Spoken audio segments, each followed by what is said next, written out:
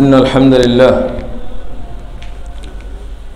لله نحمده ونستعينه ونستغفره ونؤمن به ونتوكل عليه ونعوذ بالله من شرور أنفسنا ومن سيئات أعمالنا من يهده الله فلا مضل له ومن يضلل فلا هادي له وأشهد أن لا إله إلا الله وحده لا شريك له وأشهد أن محمدا عبده ورسوله صلى الله عليه وعلى آله وصحبه وسلم تسليما كثيرا.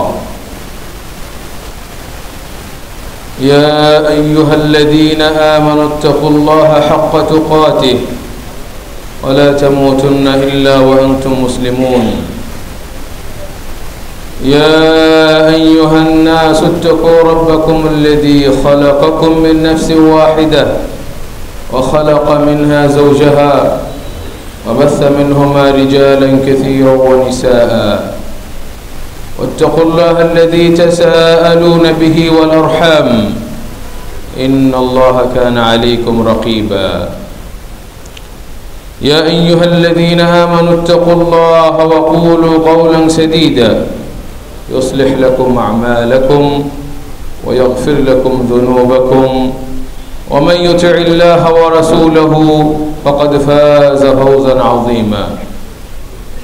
أما بعد فإن خير الحديث كتاب الله وخير الهدي هدي محمد صلى الله عليه وسلم وشر الأمور محدثاتها وكل محدثة بدعة وكل بدعة ضلالة وكل ضلالة في النار. قال الله سبحانه وتعالى أم يحسدون الناس على ما آتاهم الله من فضله فقد آتينا آل إبراهيم الكتاب والحكمة وآتيناهم ملكا عظيما. وقال سبحانه وتعالى ود كثير من أهل الكتاب لو يردونكم من بعد إيمانكم كفارا حسدا من عند أنفسهم من بعد ما تبين لهم الحق فاعفوا واصفحوا حتى يأتي الله بأمره إن الله على كل شيء قدير. وقال النبي صلى الله عليه وسلم لا تباغضوا ولا تحاسدوا ولا تدابروا ولا تقاطعوا وكونوا عباد الله إخوانا ولا يحل لمسلم أن يهجر أخاه فوق ثلاث. وعن أبي هريرة رضي الله عنه أن النبي صلى الله عليه وسلم قال إياكم الحسد فإن الحسد يأكل الحسنات كما تأكل النار الحطب. رواه أبو داود. الحمد لله আল্লাহ সুবহানাহু ওয়া তাআলার প্রশংসা জ্ঞাপন করছি, যিনি আমাদেরকে যথাসময়ে আজকের এই পবিত্র জুমার দিনে তার ইবাদতের জন্য প্রস্তুতি নিয়ে মসজিদে হাজির হওয়ার তৌফিক দিয়েছেন। নিঃসন্দেহে অনেক বড় একটি নিয়ামত এটা, যে নিয়ামত থেকে অনেকেই বঞ্চিত। যাদেরকে আল্লাহ সুবহানাহু ওয়া তাআলা এই নিয়ামত দিয়েছেন আমরা তারা সকলেই আল্লাহ সুবহানাহু ওয়া তাআলার শুকরিয়া জ্ঞাপন করি আলহামদুলিল্লাহ। সালাত সালাম বারাকা নাজিল হোক, বর্ষিত হোক প্রিয় নবী সর্বশ্রেষ্ঠ নবী মুহাম্মদুর রাসূলুল্লাহ সাল্লাল্লাহু আলাইহি সাল্লামের উপর, যিনি এমন একজন নবী ছিলেন যিনি মানব জাতির দুনিয়া এবং আখিরাতের এমন কোনো কল্যাণের দিক নাই যেটা তিনি বলে যান নাই। মানুষের যা কিছু কল্যাণ হবে দুনিয়াতে এবং আখিরাতে তিনি সবগুলো বলে গিয়েছেন, এবং যাতে ক্ষতি রয়েছে মানুষের জন্য দুনিয়া এবং আখিরাতে সেগুলো থেকে তিনি সতর্ক করে গেছেন। আমরা সেই নবীর শানে সালাত সালাম বারাকা কামনা করি। বিশেষ করে এই জুমার দিনে, যে দিনে তিনি বিশেষ করে আমাদেরকে বলে গেছেন তার জন্য দোয়া করতে, বেশি বেশি সালাত সালাম পড়তে, সেই দিনে আমরা সকলেই রাসূলের জন্য দোয়া করি। আল্লাহুম্মা সাল্লি আলাইহি, আল্লাহুম্মা সাল্লিম আলাইহি, আল্লাহুম্মা বারিক আলাইহি। সম্মানিত উপস্থিতি, মানুষ বিভিন্ন প্রকার রয়েছে দুনিয়াতে। মুমিনুন ও কুফার, ইমানদাররা রয়েছে, কাফেররা রয়েছে। যারা নিজেদের মধ্যে নিজেরা ইমানদারের দাবি করে, এদের মধ্যে আবার অনেকে আছে মুখে দাবি করে কিন্তু বাস্তবে ইমানদার নয়। যারা নিজেদেরকে ইমানদার দাবি করে এবং বাস্তবে মুমিন, এরা যাতে করে দুনিয়াতে সফল হতে পারে, কারণ মুমিনদের জন্য সফলতা।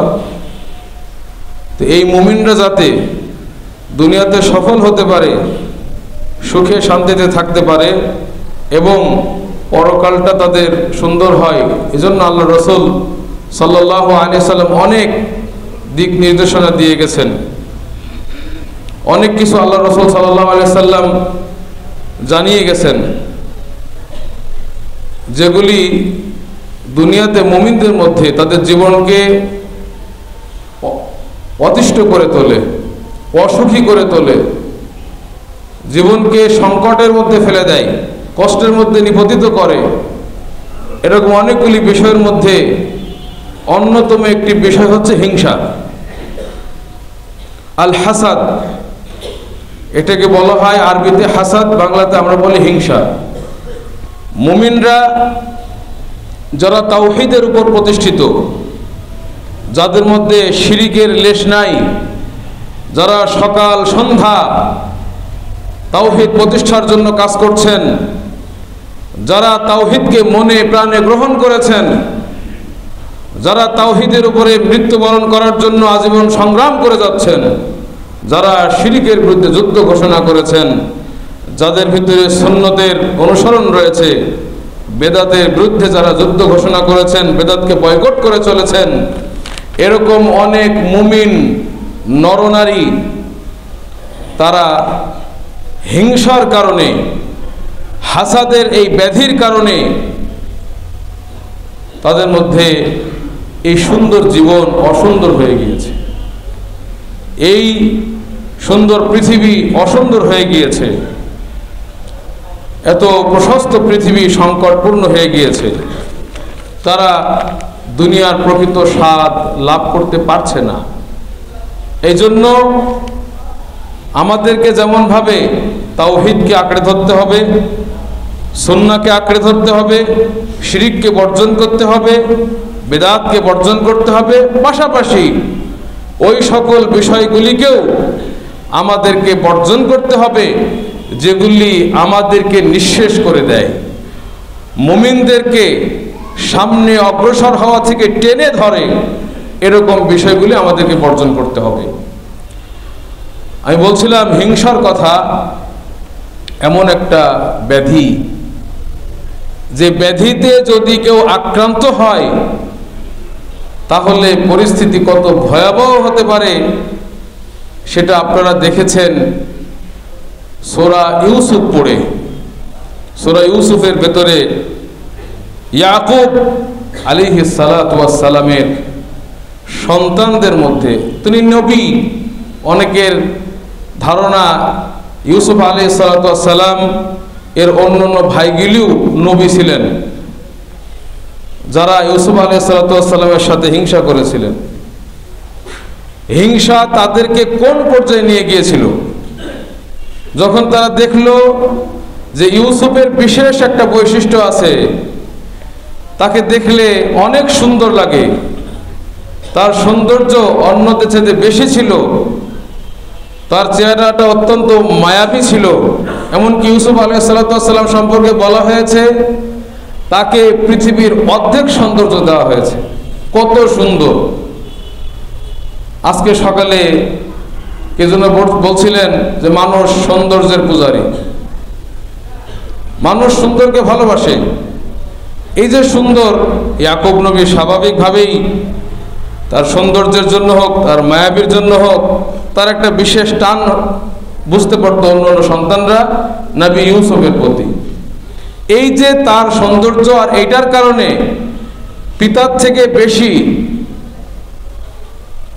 বিভিন্ন বিষয় অগ্রাধিকার পেত ইউসুফ, এইটাকে অন্য ভাইরা মেনে নিতে পারতো না। তাদের মধ্যে হিংসা চলে আসলো। হিংসা তারা কোনো ক্রমেই মেনে নিতে পারতো না যে ইউসুফ এই পরিস্থিতিতে থাক। আমাদের পিতা যেন ইউসুফকে বেশি ভালো না বাসে, এটা আমরা কোনোভাবেই মেনে নিতে পারছি না। এটা তারা মনে মনে সব সময় লেগে থাকলো কিভাবে এটা করা যায়। শেষ পর্যন্ত তাকে হত্যা করার পরিকল্পনা করলো। দেখুন হিংসা কোথায় নিয়ে গেল। ইউসুফ আলাইহিস সালাতু ওয়াস সালামকে তার নিজের ভাইয়েরা হত্যার পরিকল্পনা করল, যে কেন আমার বাবা একে বেশি ভালোবাসে, কেন এত সুন্দর, আমরা কেন ওইগুলো পাবো না, একে হত্যা করতে হবে।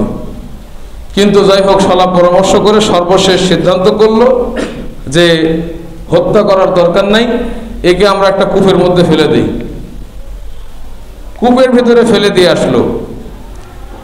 বলার উদ্দেশ্য হচ্ছে, সুন্দর সাজানো গোছানো একটা পরিবার, যেখানে শান্তির সবসময় রয়েছে, নবীর পরিবার, সেখানে কোনো অশান্তি নাই, সুখ শান্তিতে ভরা। হিংসার কারণে দেখেন কিভাবে একটা সন্তানকে, নিজেদের ভাইকে কুয়ার ভেতরে ফেলে দিয়ে আসলো।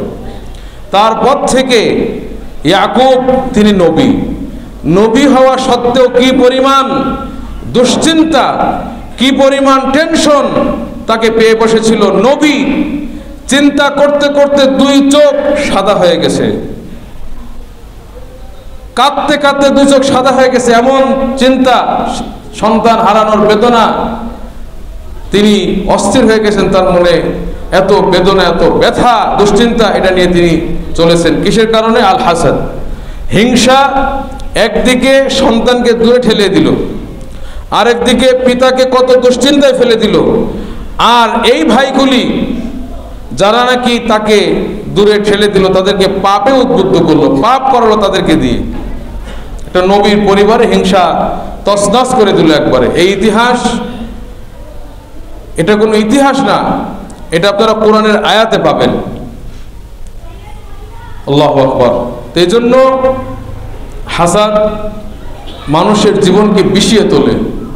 এ কারণে আল্লাহ রাসূল সাল্লাল্লাহু আলাইহি ওয়াসাল্লাম এটা থেকে বিভিন্নভাবে নিষেধ করেছেন, আল্লাহ সুবহানাহু ওয়া তাআলা নিন্দা করেছেন। এবং এই হাসাদ, এটা ইহুদিদের স্বভাব, ইহুদিদের বৈশিষ্ট্য। তার মানে এটা এই নয় যে শুধু ইহুদিদের মধ্যেই থাকবে। এইটা আজকে ইহুদিদের ভিতরে শুধু সীমাবদ্ধ নয়, মুমিনদের মধ্যে হাসাদ ব্যাপক আকারে ছড়িয়ে পড়েছে, যার কারণে মুমিন সমাজে অশান্তি বিরাজ করছে। দেখুন আল্লাহ সুবহানাহু ওয়া তাআলা পবিত্র কোরআনুল কারীমে বলেছেন, ওয়াদ্দা কাসীরুম মিন আহলিল কিতাব, অনেক ইহুদি, ওয়াদ্দা কাসীরুম মিন আহলিল কিতাব, আহলে কিতাবদের অনেকেই ইহুদি এবং খ্রিস্টান, তাদের অনেকেই মন থেকে কামনা করে, মন থেকে চায়, লাউ ইয়ারুদ্দুনাকুম, যদি তারা তোমাদেরকে ফিরাতে পারত, তোমাদেরকে বানাতে পারত, মিন বাদি ঈমানিকুম, তোমরা মুমিন হয়ে যাওয়ার পরে কুফফারান, আবার কাফের হয়ে যাও। এটা অনেক আহলে কিতাব, ইহুদি খ্রিস্টান মন থেকে কামনা করে, মন থেকে ভালোবাসে, যদি তারা বানাতে পারত তোমাদেরকে, তোমাদের মুমিন হওয়ার পর আবার কাফের বানাতে পারত। কেন? হাসাদাম মিন ইনদি আনফুসিহিম, তাদের মন থেকে হিংসার কারণে। তারা সহ্য করতে পারে না, তারা এটা মেনে নিতে পারে না যে এরা কিভাবে ইমানদার হইতে পারে। ইমানদার হওয়া অনেক বড় নিয়ামতের বিষয়, এই জন্য তারা কখনো এটা মন থেকে মেনে নিতে পারে না। আল্লাহ কোরআনে বলছেন, হাসাদান মিন ইনদি আনফুসিহিম, হাসাদাম মিন ইনদি আনফুসিহিম, নিজেদের অন্তরের হিংসার কারণে তারা চায় তোমরা ওদের মতো কাফের হয়ে যাও, নিয়ামতের মধ্যে তোমরা থেকো না। মিন বাদি মা তাবায়্যানা লাহুমুল হক, তাদের কাছে সত্য প্রকাশিত হওয়ার পরও তারা জানে যে তোমরা ঈমান এনে মুমিন হয়ে হকের উপরে আছো, তোমরা সত্য পথের উপরে আছো, এটা তারা স্পষ্ট জানে ইহুদি খ্রিস্টানরা। তা সত্ত্বেও শুধুমাত্র হিংসার কারণে এই নিয়ামতকে মেনে নিতে পারছে না, তাই তারা চায় তোমরাও কাফের হয়ে যাও। হাসাদাম মিন ইনদি আনফুসিহিম মিন বাদি মা তাবায়্যানা লাহুমুল হক ফা'ফু ওয়াসফাহু। অতএব তোমরা ক্ষমা করে দাও এবং তাদেরকে মার্জনা করো। তার মানে তারা হিংসার বশবর্তী হয়ে শুধু তো চুপচাপ বসে নেই, বিভিন্নভাবে তোমাদেরকে ক্ষতি করার চেষ্টা করছে, তোমাদের অনিষ্ট করছে হিংসা করে। সুতরাং তোমরা ধৈর্য ধারণ করো, তাদেরকে ক্ষমা করো আর সবর করো হাত্তা ইয়াতি আল্লাহু বিআমরি, আল্লাহ বিধান দেওয়া পর্যন্ত, আল্লাহ তার আদেশ নিয়ে আসা পর্যন্ত। সে আদেশটা কিসের? যুদ্ধের। মানে তোমরা সবর করতে থাকো, আল্লাহ যখন যুদ্ধের নির্দেশ দিবেন তখন তাদের সাথে যুদ্ধ করে তাদেরকে জবাব দিবে। তারা শুধু হিংসা করে ক্ষান্ত ছিল না, তারা এটার বাস্তবে হিংসার বশবর্তী হয়ে মুমিনদেরকে নানাভাবে কষ্ট দিয়েছিল, কিন্তু আল্লাহ ধৈর্য ধারণ করতে বলেছিলেন। পরে যখন যুদ্ধ আল্লাহ সুবহানাহু ওয়া তাআলা জিহাদ ফরজ করলেন, জিহাদের মাধ্যমে মুমিনরা তাদেরকে জবাব দিয়েছিল। ইন্নাল্লাহা আলা কুল্লি শাইইন কাদির। শুধু তাই না, আল্লাহ বলছেন আম ইয়াহসুদুনান নাস আলা মা আতাহুমুল্লাহু মিন ফাদলিহি, তারা কি মানুষদের সাথে হিংসা করে? আম ইয়াহসুদুনান নাস, এই ইহুদি খ্রিস্টানদের সম্পর্কে বলছেন। মানুষ দ্বারা উদ্দেশ্য কি এখানে? এখানে মানুষ দ্বারা, এই আয়াতে মানুষ দ্বারা উদ্দেশ্য মুহাম্মদ সাল্লাল্লাহু আলাইহি ওয়াসাল্লাম। তারা মুহাম্মদ সাল্লাল্লাহু আলাইহি ওয়াসাল্লামের সাথে হিংসা করে কেন? যে আল্লাহ তাকে নবুয়ত দিয়েছেন, আল্লাহ তাকে রসুল বানিয়েছেন, আল্লাহ তাকে জ্ঞান দিয়েছেন, তার কাছে জিবরাইল পাঠিয়ে ওহী প্রেরণ করেন। এটা কি কম মর্যাদার কথা? এইটাকে তারা মেনে নিতে পারে না। এবং এখানে নাচ দ্বারা উদ্দেশ্য মুহাম্মদ সাল্লাল্লাহু আলাইহি ওয়াসাল্লামের সাহাবীরা, তারা মুহাম্মদ সাল্লাল্লাহু আলাইহি ওয়াসাল্লামের সাহাবীদের সাথেও হিংসা করে। কেন? তারা মুমিন হয়েছে এই জন্য। তাই আল্লাহ বলছেন তারা যে এভাবে করছে এর কারণটা কি? তারা কি মানুষকে হিংসা করে, মানে নবীকে এবং তার সাহাবীকে হিংসা করে ওই বিষয়ের উপরে যেটা আল্লাহ সুবহানাহু ওয়া তাআলা তাদেরকে তার অনুগ্রহ থেকে দিয়েছেন। আল্লাহ যে মর্যাদা, যে অনুকম্পা, অনুগ্রহ করেছেন সেটার উপরে মানুষের সাথে হিংসা করে, তাহলে তারা জেনে নিক এটা তো শুধু আমি মুহাম্মদকে দেই নাই, আমি তো এর আগে আলে ইব্রাহিম, ইব্রাহিমের বংশধরকেও দিয়েছি, আল কিতাব, আসমানি কিতাব দিয়েছি, ওয়াল হিকমা, জ্ঞান দিয়েছি, ওয়া আতাইনাহুম মুলকান আযীমা, তাদেরকে তো আমি বিশাল রাজত্ব দিয়েছি। তাহলে এরা কেন হিংসা করছে? আপনারা জানেন ইহুদিরা নবী মুহাম্মদ সাল্লাল্লাহু আলাইহি ওয়াসাল্লামকে তারা জানতো, ইহুদি খ্রিস্টানরা নবী সাল্লাল্লাহু আলাইহি ওয়াসাল্লাম সত্য নবী। কিভাবে জানতো? ইয়ারিফুনাহু কামা ইয়ারিফুনা আবনাআহুম, নিজের ছেলেকে যেভাবে চেনা যায়, জানা যায়, নিজের ছেলের সম্পর্কে যেভাবে আমাদের জ্ঞান থাকে, তারা ইহুদিরা তাদের সন্তানকে যেমন চিনত ওইভাবে নবীকে চিনত, মানে কোনো সন্দেহ ছিল না। তা সত্ত্বেও শুধুমাত্র হিংসার বশবর্তী হয়ে যে কেন মুহাম্মদ সাল্লাল্লাহু আলাইহি ওয়াসাল্লাম তিনি ইসমাইলের বংশ থেকে আসলেন, কেন ইসহাকের বংশ থেকে আসে নাই, এইটাকে তারা মেনে নিতে পারে নাই। এই হিংসার কারণে তারা ঈমান আনে নাই। শুধু তাই না, আপনারা জানেন যে আবু সুফিয়ান ইবনে হারব, আল আখনাস ইবনে শারিক এবং আবু জাহাল গভীর রাত্রে তিনজন চুপি চুপি রাসূলুল্লাহ সাল্লাল্লাহু আলাইহি সাল্লামের বাড়ির পেছনে যায় রাত্রে কোরআন তেলাওয়াত শোনার জন্য। সামনাসামনি যায় না, সরাসরি যায় না, চুপি চুপি রাত্রে শুনতে যায়। একদিন যে ধরা খেয়েছে, তিনজন দেখা হয়ে গেছে, আর আসবো না। পরের দিন আবার গেছে চুরি করে রাত্রে। তারপরের দিন, তৃতীয় দিন আবার ধরা খেয়েছে পরস্পর। 3 দিন যখন ধরা খেলো, বললো যে আমরা তো আসতে আছি। তো এরপরে আখনাস বিন কাইস সে আখনাস বিন শারিক সে আবু জাহালের বাড়িতে গিয়ে দেখতে গেল যে এই কোরআন কি প্রভাব ফেলেছে তার অন্তরের মধ্যে, জানতে গেল। যাওয়ার পরে জিজ্ঞাসা করলো, বিভিন্ন কথাবার্তা হলো। এক পর্যায়ে আবু জাহাল বলল যে আমাদের সাথে মুহাম্মাদের বংশের একটা প্রতিদ্বন্দ্বিতা আছে, তারা যা ভালো কাজ করে আমরাও তাই করি, তারা মানুষকে খাবার খাওয়ায় আমরাও খাওয়াই, বিভিন্ন সামাজিক উন্নয়নমূলক কাজে আমরা ওদের প্রতিদ্বন্দ্বী। এই মুহূর্তে হঠাৎ তার গোত্রের তাদের ভেতরে মুহাম্মদ ওহী আনার দাবি করছে, এটা তো মেনে নেওয়া যায় না। কোশ্চেন কালেও আমরা মুহাম্মদকে নবী হিসেবে স্বীকৃতি দিব না, শুধু হিংসার বশবর্তী হয়ে। চিন্তা করুন, নবীকে নবী হিসেবে স্বীকৃতি দিচ্ছে না কেন? হিংসার বশবর্তী হয়ে। সম্মানিত উপস্থিতি, হাসাদ এটা যেমন মানুষদেরকে ঈমান থেকে দূরে সরিয়ে দেয়, সত্য জ্ঞান থেকেও দূরে সরিয়ে দেয়। আমাদের সমাজে যখন সমাজে বড় বড় নেতৃত্ব স্থানীয় ব্যক্তিরা থাকে, হয়তো আমাদের সমাজে অন্য যারা আছে, যেমন আমাদের এই বাংলাদেশে বিভিন্ন তরিকার লোক রয়েছে, এ তরিকা ওই তরিকা, এই মাসলাক ওই মাযহাব এই মানহাজ, তারা এক একটা জিনিস নিয়ে চলছে। হঠাৎ যখন তাদের মধ্যে কেউ সঠিক ইলম নিয়ে যায়, তারা তাকে মেনে নিতে পারে না।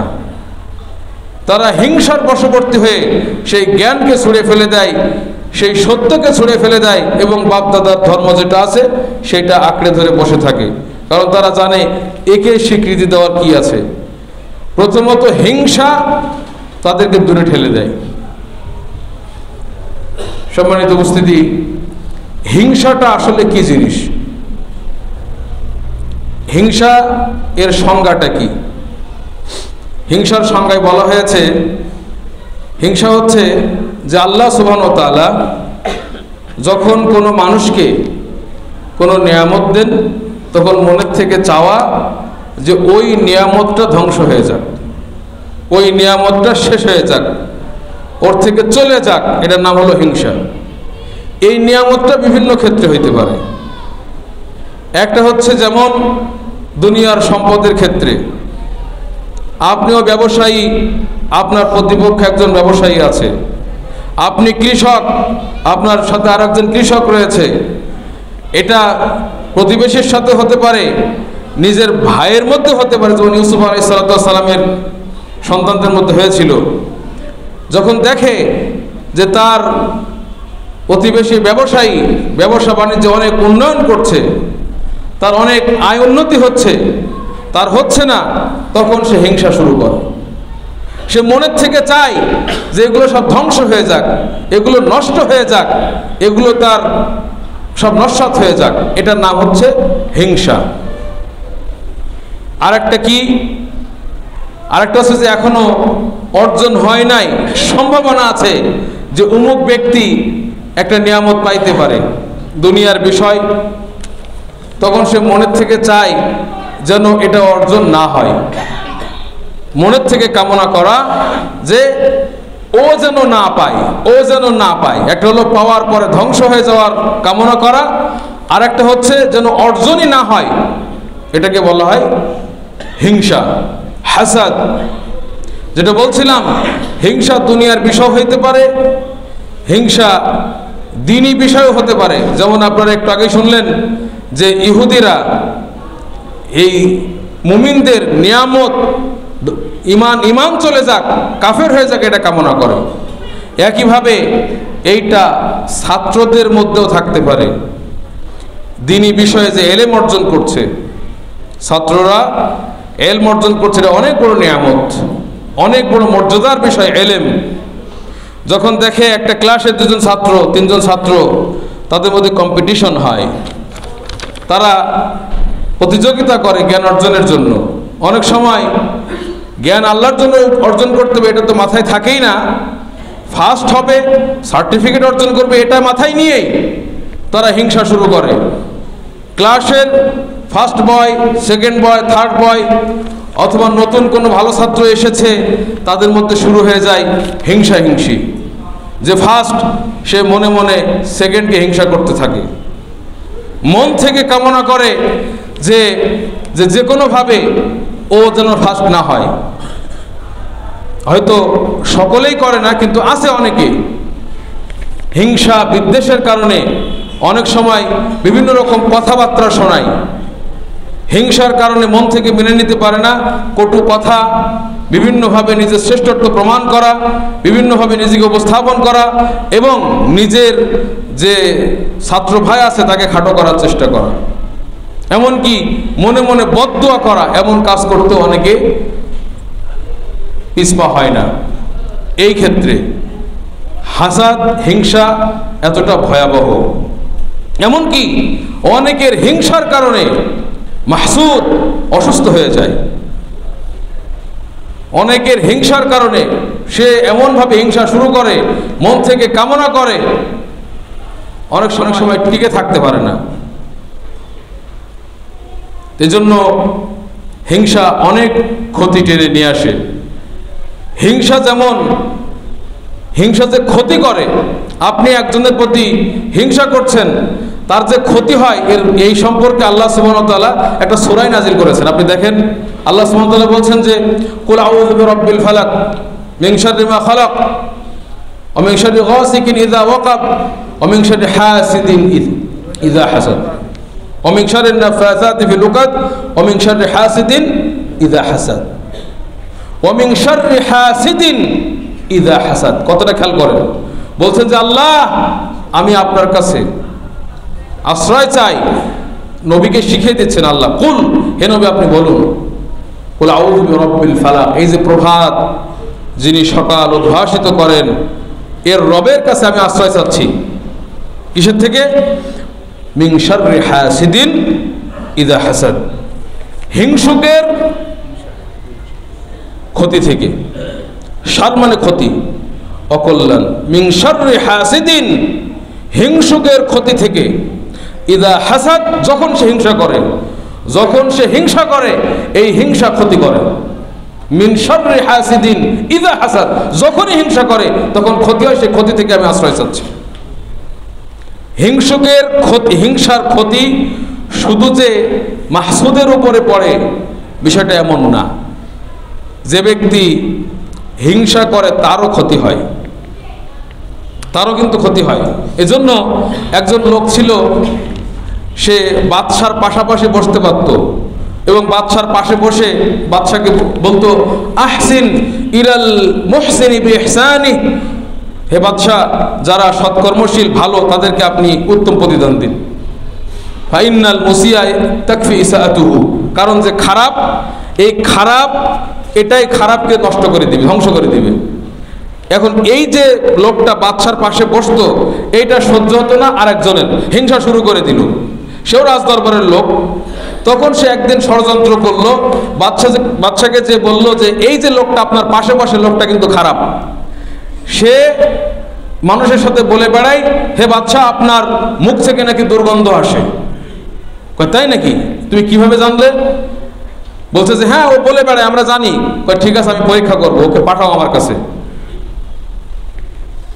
পরে একদিন ওকে বাড়ি নিয়ে, ওই যে লোকটা হিংসা করেছে তাকে বাড়ি নিয়ে দাওয়াত দিয়ে খাওয়াইছে। খাওয়ানোর ভিতরে আপনার এই অনেক খাবার দিয়েছে, তার ভিতরে পেঁয়াজ দিয়েছে। তো পেঁয়াজ খেলে কথা বলার সময় গন্ধ আসবে। তো বাদশা জিজ্ঞাসা করেছিল যে আমি বুঝবো কিভাবে সে তোমাদেরকে এটা বলে? বলছে যখন আপনার একবারে কাছে নিয়ে যাবেন, তার আপনার সামনাসামনি নিয়ে যখন কথা বলবেন, দেখবেন যে ও মুখে হাত দিয়ে রাখবে, নাকে হাত দিয়ে রাখবে, যাতে করে আপনার দুর্গন্ধ সে না পায়। ঠিক আছে, আচ্ছা তুমি পাঠাবো আমার কাছে। তখন পেঁয়াজ খাওয়ায় পরে বাদশার কাছে পাঠাইছে। পরে বাদশা যখন কথা বলা শুরু করছে, ঠিকই ও বাদশার সামনে বসে নাকে হাত দিয়ে আছে, কারণ ও কথা বলতেছে, পেঁয়াজ খেয়ে আসছে, তার পেঁয়াজের গন্ধ বাদশার নাকে গেলে বাদশা কষ্ট পাবে, এজন্য সে নাকে হাত দিয়েছে। বাদশা তো ধরে নিয়েছে, তাহলে ঠিকই মনে হয় আমার মুখ থেকে দুর্গন্ধ আসে, আর ও দুর্গন্ধ পাই, এজন্য সে মানুষের সাথে বলে বেড়ায়। বাদশা খেপে গেলেন, এবং বাদশার একটা অভ্যাস ছিল, যখন তিনি রাগ কারোর জন্য কোনো হাদিয়া দিতেন নিজে হাতে লিখতেন। কিন্তু ওই দিন উনি এত খেপে গেলেন যে এই লোক আমার বিরুদ্ধে বলে বেড়ায়, তিনি চিঠি লিখলেন নিজে হাতে এবং সেখানে লিখলেন যে অমুকের কাছে যাও, ওর ভিতরে লিখেছেন যে এই লোকটা যখন আসবে একে জবাই করে চামড়া ছুলে আমার কাছে পাঠিয়ে দিবে। বাদশা যেহেতু নিজে হাতে লিখেছে, ওই হিংসুক তখন ওকে যে বলল যে বাদশা কি করেছে আপনার জন্য, কয় যে নিজে হাতে একটা চিঠি লিখেছে। ও জানা আছে যে নিজে হাতে লিখলে অনেক সম্মান দেওয়া হবে, অনেক হাদিয়া দেওয়া হবে। সে বলল তাহলে আমাকে এটা দিয়ে দাও। তখন সে ওটা দিয়ে দিল। দিয়ে দেওয়ার পরে ওই হিংসুক ব্যক্তি ওইটা নিয়ে সেই জাল্লাদের কাছে গেল, বা যে বাদশার নিয়োজিত ব্যক্তি আছে তার কাছে গেল। যাওয়ার পরে যখন চিঠি দিছে বলছে কি লেখা আছে জানো? বলছে কি হাদিয়া আছে দাও। কয় না, এখানে লেখা আছে যে এই পত্রের বাহককে জবাই করে চামড়া ছুলে আমার কাছে পাঠাও। তখন তাকে জবাই করে চামড়া ছুলে পাঠিয়ে দেওয়া হয়েছে। তাহলে হিংসুক দেখেন আরেকজনকে ক্ষতি করতে গিয়ে নিজে কিন্তু ক্ষতিগ্রস্ত হয়ে গেল। এই জন্য এই হিংসা যেমন নিজে ক্ষতিগ্রস্ত হয়, অন্যকে ক্ষতিগ্রস্ত করে। এ কারণে আমরা যদি হিংসা থেকে বাঁচতে চাই, হিংসা মানুষ করবেই। যখন কেউ জ্ঞানে শ্রেষ্ঠ হবে, সৌন্দর্যে শ্রেষ্ঠ হবে, বিভিন্ন কর্মদক্ষতায় শ্রেষ্ঠ হবে, তখন আশেপাশের বহু লোক তাকে হিংসা করতে থাকবে। এটা থেকে বাঁচার জন্য আমাদেরকে সকাল সন্ধ্যা দোয়া পাঠ করতে হবে। আমরা যদি সকাল সন্ধ্যায় দোয়া পাঠ করি, ইনশাআল্লাহ হিংসা আমাদের কোনো ক্ষতি করতে পারবে না। অনেক সময় দেখা যায় হঠাৎ করে ব্যক্তি অসুস্থ হয়ে যাচ্ছে, ব্যবসায় ক্ষতি হয়ে যাচ্ছে, না অপ্রত্যাশিতভাবে। অনেক সময় মানুষের হিংসা এবং হিংসুকরা আপনার বিরুদ্ধে বিভিন্নভাবে ষড়যন্ত্র করে বেড়ায়। কিন্তু আপনি যদি সকাল সন্ধ্যার আজকার এবং আল্লাহর মাধ্যমে সাহায্য নিয়ে আপনি চলেন, কেউ আপনার ক্ষতি করতে পারবে না। আল্লাহ সুবহানাহু ওয়া তাআলা আমাদেরকে হিংসুকদের হিংসা থেকে হেফাজত করুন, আমিন। আকুলু কাওলি হাযা ওয়া আস্তাগফিরুল্লাহ লি ওয়া লাকুম ওয়া লিসাইরি আল মুসলিমিন।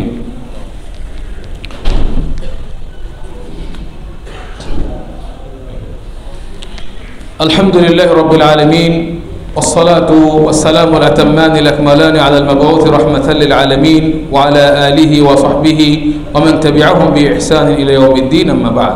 সম্মানিত উপস্থিতি, হিংসার সাথে সাথে আরেকটা বিষয়ের কথা একটু বলবো, সেটা হচ্ছে আল আইনু, বদনজর। বদনজর এটা কঠিন জিনিস। সকল মানুষের বদনজর আছে বিষয়টা এমন না। কিছু মানুষ আছে তাদের নজর মানুষের লাগে। তো এজন্য আল্লাহ রাসূল সাল্লাল্লাহু আলাইহি ওয়াসাল্লাম বলেছেন আল আইনু হাক্কুন, আইন এটা বদনজর, এটা সত্য। অনেক সময় ব্যক্তি নিজেকে বদনজর দিয়ে ফেলে। যখন ব্যক্তি দেখবে তার ভিতরে যে সে অনেক জ্ঞানে শ্রেষ্ঠ হচ্ছে, অনেক বিষয়ে তার ভিতরে ধনে সম্পদে জ্ঞানে যোগ্যতায় শ্রেষ্ঠত্ব অর্জন করেছে, অনেক সময় নিজে নিজে মনে খুশি লাগে। এই সময় যদি সে আল্লাহর কাছে বরকতের দোয়া না করে তাহলে তার ক্ষতি হয়ে যাবে, যদি তার বদনজর থেকে থাকে। আমরা তো জানি না কার বদনজর রয়েছে। এই জন্য যখনই ভালো লাগবে, এরকম নিজের ক্ষেত্রে কোনো কিছুতে আমার ভালো লাগবে, আমাকে বলতে হবে আল্লাহুম্মা বারিক, হে আল্লাহ আপনি বরকত দিন, তাহলে আর এই বদনজর ক্ষতি করতে পারবে না। একইভাবে যখন আপনি কারো সৌন্দর্য দেখে, কারো যোগ্যতা দেখে, কারো জ্ঞান দেখে, কারো কোনো বিষয় দেখে আপনি আশ্চর্য হবেন, আপনার ভালো লাগবে, আপনি কিন্তু সে সময় বলবেন আল্লাহুম্মা বারিক ফিহি মাশাআল্লাহ, এভাবে বলবেন, তাহলে আর বদনজর ক্ষতি করবে না। অনেক সময় নিজে নিজের সন্তানকে বদনজর দেয়। একটা ছেলে অনেক ভালো লেখাপড়া করতে করতে আর পড়ালেখা হচ্ছে না, কোনোভাবে পারছে না, কেন? বদনজর লেগে গেছে। বলে নাই মাশাআল্লাহ, আল্লাহুম্মা বারিক ফিহি, এটা বলে নাই। এই জন্য সৌদি আরবের একটা ঘটনা, এক ব্যক্তি নিজের সন্তানকে বদনজর দিয়ে একবারে বেডে ফেলে দিয়েছিল। অনেক ধনী লোক বিশ্বের বিভিন্ন দেশে চিকিৎসার জন্য নিয়ে গেছে, কিন্তু আর ভালো হয় না। পরে সৌদি আরবের একজন ঝাড়ফুঁককারী ছিল, তার কাছে নিয়ে গেছে। নিয়ে যাওয়ার পরে ও বুঝেই ফেলেছে যে কি হয়েছে, এর বদনজর তাকে গ্রাস করেছে। সে রোগী দেখেই বুঝতে পেরেছে। তখন ওই ছেলেটার পাশে গিয়ে বলছে, ও তো শুয়ে আছে, ছেলেটা একবারে কঙ্কালের মতো হয়ে গেছে। বলছে, বাবা তুমি কাকে সন্দেহ করো? তখন তার বাবার দিকে তাকাইলো। তখন বাবা কেঁদে দিয়েছে যে আমার সন্তানের জন্য আমি এত কিছু করছি, বাবা আমাকে সন্দেহ করতেছে যে আমি ক্ষতি করছি। তখন আর কিছু করে নাই, ওই বাবার জুতা নিয়ে, জুতা পানিতে ভিজায়ে ওই ছেলের গায়ে বিভিন্ন জায়গায় ছিটিয়ে গোসল করে দিয়েছে। ছেলে সাথে সাথে ঠেলে উঠছে। সহিহ হাদিস। আমের বিন রাবি একজন সাহাবী, কিন্তু তার ভিতরে বদনজর ছিল। তিনি যাচ্ছেন, সোহেল ইবনে হানিফ, একজন বালক অত্যন্ত সুদর্শন গোসল করতেছে, তার দিকে দেখে ভালো লেগেছে, মাশাআল্লাহ বলে নাই সাথে সাথে, এবং সে বলল যে এত সুন্দর শরীর, এত সুন্দর পরিষ্কার, এইভাবে সে বললো, কিন্তু মাশাআল্লাহ বলে নাই, সে সেখানেই পড়ে গেছে। পরে আল্লাহ রাসূল বলল, তোমরা কাকে সন্দেহ করতেছে? বললো আমির বিন রাবিয়াকে। তাকে ডেকে আনা হলো, তার 2 হাত ধৌত করা হলো, চেহারা ধৌত করা হলো, 2 পায়ের অগ্রভাগ ধৌত করা হলো, এবং লুঙ্গির ভেতরের অংশ ধৌত করে তার গায়ে সেই পানি তাকে উযু করানো হলো, গোসল করানো হলো, সুস্থ হয়ে গেছে। এই জন্য এই আইন এত হক, বদনজর, এটা সত্য বিষয়। এটা যদি কারো লাগে, কোনো উটের গায়ে যদি লাগে, ওই উট জবাই করা ছাড়াও বাঁচানোর কোনো উপায় নেই। অনেক সময় গাড়িতে বদনজর লেগে যায়, অ্যাক্সিডেন্ট হয়ে তছনছ হয়ে যাচ্ছে। এই জন্য বদনজর এটা সত্য, এটার থেকেও বাঁচার জন্য আমাদের সকাল সুন্দর দোয়া করতে হবে। নিজের সন্তানকে কেউ বদনজর দিতে পারে, এমনকি যদি বদনজর থেকে থাকে শুধু তাকাবে, মাশাআল্লাহ না বললে বাস ক্ষতি শুরু হয়ে গেল। অনেক গাছ পর্যন্ত মারা গেছে বদনজরে, কঠিন পরিস্থিতি। কিন্তু এটার জন্য আপনাকে হেফাজত থাকতে হবে, আপনাকে দোয়া করতে হবে। আপনার বিসমিল্লাহিল্লাযী লা ইয়াদুররু মা ইসমিহি শাইউন ফিল আরদি ওয়ালা ফিস সামাই ওয়া হুয়াস সামিউল আলিম, এই দোয়া আপনি সকাল সন্ধ্যা পড়তে থাকবেন। ইনশাআল্লাহ হিংসকদের, বদনজরদের কোনো ক্ষতি আপনার গায়ে লাগবে না। আর কথা দীর্ঘায়িত করব না, সর্বশেষ যেটা বলবো, প্রিয় বন্ধুগণ, আমরা সকলেই কিন্তু সবাই কিন্তু এক জায়গায় যেতে চাচ্ছি, একটাই গন্তব্য, সেটা হলো পরকাল। তো এই পরকালের জন্য আল্লাহ রাসূল সাল্লাল্লাহু আলাইহি সাল্লাম বলেছেন, আইয়ুকুম মালু ওয়ারিসিহি আহাব্বু ইলাইহি মিন মালিহি, তোমাদের মধ্যে তার ওয়ারিসের মালের চাইতে নিজের মালের চাইতে ওয়ারিসের মাল তার কাছে বেশি প্রিয় কে আছে? বলছে কেউ নেই, আমরা নিজের মালটা বেশি ভালোবাসি। ওয়ারিস সে কি পাবে না পাবে সেটা পরের কথা, আমরা নিজের মালকে ভালোবাসি। তখন আল্লাহ রাসূল সাল্লাল্লাহু আলাইহি ওয়াসাল্লাম বলে দিলেন, তাহলে জেনে রাখো তোমাদের মাল হচ্ছে ওইটা যেটা তোমরা অগ্রে প্রেরণ করেছো, মানে যেটা তোমরা আল্লাহর পথে ব্যয় করেছো আল্লাহকে সন্তুষ্ট করার জন্য, ওইটা তোমার মাল। আর তোমার ওয়ারিসের মাল হচ্ছে ওইটা যেটা তুমি রেখে যাবো, ওটা তোমার মাল না। সুতরাং তুমি যদি তোমার মালকে ভালোবেসে থাকো, সেটাকে জমা করো, পঞ্জীভূত করো। সম্মানিত উপস্থিতি, আলহামদুলিল্লাহ, বাংলাদেশ জামিয়াতে আহলে হাদিস, আপনারা শুনে খুশি হবেন, আন্তর্জাতিক মানের একটি মহাসম্মেলন করতে যাচ্ছে, যেটা পাইলে হবে 7 এবং 8 ফেব্রুয়ারি, শুক্র এবং শনিবার। এই সম্মেলনে দেশ বিদেশ থেকে বড় বড় মেহমান, সৌদি থেকে, কুয়েত থেকে, বাহরাইন থেকে, পাকিস্তান, বিভিন্ন জায়গা থেকে বড় বড় আলেমরা আসবেন। জ্ঞান অর্জনের সুবর্ণ একটা সুযোগ হবে। তো এইখানে এত বড় একটা সম্মেলন বাস্তবায়নের জন্য আপনাদেরকে আবু বকর সিদ্দিক রাদিয়াল্লাহু আনহুর ভূমিকা রাখতে হবে, ওমর রাদিয়াল্লাহু তাআলা আনহুর ভূমিকা রাখতে হবে, ওসমান রাদিয়াল্লাহু তাআলা আনহুর ভূমিকা রাখতে হবে। এটা একটা যুদ্ধ, বেদাতীদের বিরুদ্ধে, ইসলাম বিদ্বেষীদের বিরুদ্ধে বর্তমান যুগের একটা যুদ্ধ, কোরআনের যুদ্ধ। যেমন আল্লাহ রাসূল যুদ্ধের সময় বলতেন, কে আছে ওই যুদ্ধে ব্যয় করবে, ওই যুদ্ধে ব্যয় করবে, সাহাবীরা ঝাঁপিয়ে পড়তেন। এভাবে আমি আপনাদেরকে উদ্বুদ্ধ করছি, এটাও একটা যুদ্ধ। এই যুদ্ধে মহাসম্মেলন বাস্তবায়ন, এটার কারণে বেদাতীদের গাত্রদাহ, জ্বালা যন্ত্রণা শুরু হয়ে যায়, নাস্তিকদের যন্ত্রণা শুরু হয়ে যায়। এটাও একটা যুদ্ধ, এবং মুমিনরা খুশি হয়। এটাকে বাস্তবায়ন করার জন্য বিভিন্নভাবে সহযোগিতা করতে হবে ইনশাআল্লাহ। আমাদের যাত্রাবাড়ি থেকে 4টা গাড়ি যাবে, মাতোয়াইল থেকে, কোনাপাড়া ওই এলাকা থেকে আরও 2টা গাড়ি যাবে, গ্যান্ডারের এদিক থেকে গাড়ি যাবে, বিভিন্ন ভাইরা যাবেন, এবং সারা বাংলাদেশ থেকে লোকরা একত্রিত হবে। মুমিনদের, তাওহীদবাদীদের একটা মিলন মেলা হবে ইনশাআল্লাহ। তো এইখানে এটা যাতে সুন্দরভাবে বাস্তবায়ন করা যায়, আপনারা স্বতঃস্ফূর্তভাবে আপনি যে টাকাটা দিবেন এই সম্মেলনের জন্য, সেটা আল্লাহর দ্বীনকে প্রতিষ্ঠিত করার জন্য, বাস্তবায়িত করার জন্য, দাওয়াতকে বাস্তবায়ন করার জন্য টাকাটা দিচ্ছেন। সুতরাং এটা আপনার অ্যাকাউন্টে জমা হয়ে যাবে ইনশাআল্লাহ। কার্পণ্য করবেন না, উদার হস্তে দান করবেন। আমাদের ছাত্ররা গেটে থাকবে। গত সপ্তাহে খুবই দুঃখজনক, ওঠে নাই বললেই চলে, যত সামান্য 2000-এর কাছাকাছি বা এরকম। তো এটা আপনারা দিবেন, এবং কুপন আছে, আপনারা কুপন কুপনে দিবেন। আল্লাহ সুবহানাহু ওয়া তাআলা যেন আপনাদেরকে এই ভালো কাজে অংশগ্রহণ করার তৌফিক দান করেন, আমিন। আকুলু কওলি হাযা ওয়া আস্তাগফিরুল্লাহ লি ওয়া লাকুম ওয়া লিসাইরিল মুসলিমিন। ইন্নাল্লাহা ওয়া মালাইকাতাহু ইউসাল্লুনা আলান নবী ইয়া আইয়ুহাল্লাযীনা আমানু সাল্লু আলাইহি ওয়া সাল্লিমু তাসলিমা। আল্লাহুম্মা সাল্লি আলা মুহাম্মাদ ওয়া আলা আলি মুহাম্মাদ কামা সাল্লাইতা আলা ইব্রাহিম ওয়া আলা আলি ইব্রাহিম ইন্নাকা হামিদুম মাজিদ। اللهم بارك على محمد وعلى آل محمد كما باركت على إبراهيم وعلى آل إبراهيم إنك حميد مجيد. ربنا آتنا في الدنيا حسنة وفي الآخرة حسنة وقنا عذاب النار. ربنا لا تزغ قلوبنا بعد إذ هديتنا وهب لنا من لدنك رحمة إنك أنت الوهاب. إن الله يأمر بالعدل والإحسان وإيتاء ذي القربى وينهى عن الفحشاء والمنكر والبغي يعظكم لعلكم تذكرون. واذكروا الله الجليل يذكركم واشكروه على نعمه يزدكم ولا ذكر الله تعالى وأولى وأجل وأتم وأهم وأكبر.